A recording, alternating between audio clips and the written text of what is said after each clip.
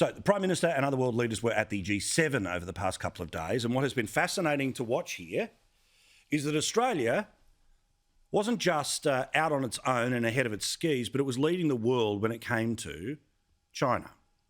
The G7, which is made up of all of those modern countries, have now essentially all completely locked into where Australia has been for more than a year, that there must be accountability about what has happened when it came to the coronavirus that, of course, has destroyed the Western world. This was confirmed in conversations that the Prime Minister had with President Biden.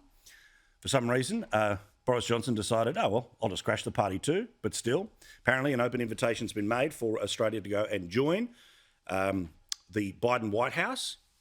I reckon I'll get a...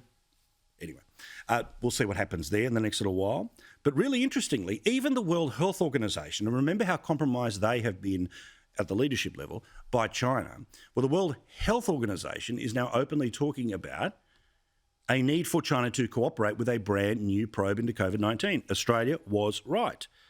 So think of all of those people who poo-pooed and pretended that Australia was somehow doing something that the rest of the world didn't want to do. Well, Australia has now been able to convince the rest of the world about the need to hold China to account. This is really big stuff.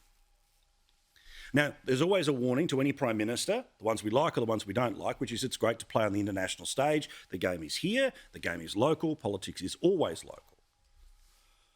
So sometimes they get a bit distracted by running around at the conference level of things.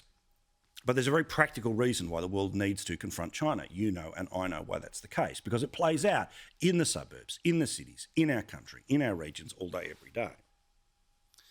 Now, while it was a good weekend for our Prime Minister, Joe Biden, of course, because he wasn't Donald Trump, immediately given 5 stars by the media, just like Obama was given 5 stars for not being George Bush, just like Clinton was given 5 stars for not being George H.W. Bush. Do you notice a pattern here? Anyway, here was the oh-so-open and transparent White House communications staff dealing with the press in Cornwall. Thank you. Thank you. Thank you guys. Thank you guys.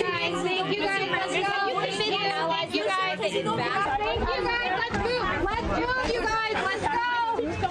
Thank you guys. Let's go. Come on, you guys. Let's move. You good, Joe? Here we go. Thank you. Let's go, you guys. Come on, you guys. Let's go. Come on. Let's go. Thank you. So open, so transparent. As for the host of the event, Boris Johnson got a little bit carried away, and whatever we used to find charming about this bloke, I don't find charming about him now. This, in part, was what he said. As G7, we are united in our vision for a cleaner, greener world, a solution to the problems of climate change, building back more equal and how shall I, in a more gender neutral and perhaps like a more feminine way. Really? This was the bloke who, remember, tore down the second only woman to become Prime Minister of the UK, and Theresa May, to become Prime Minister, because the assumption was that she had drifted too far to the left.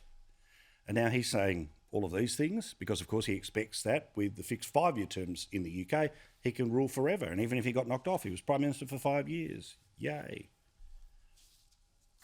Oh, meantime, however, the best thing that happened at the G7 this weekend, it's not very serious, but again, I'm in one of those moods. It's a long weekend for most of the country. How good is the Queen? Now, we all know how tough she's had it very personally, of course, losing her husband and all the nonsense going on with grandkids at the moment. But how awesome's the Queen? I don't think this is going to work. For 2 hours. There is a knife there as well. What? There is a knife if you want. I know there is. This is something that is more unusual. I don't know why it's a sword. She's cute. Forgive me.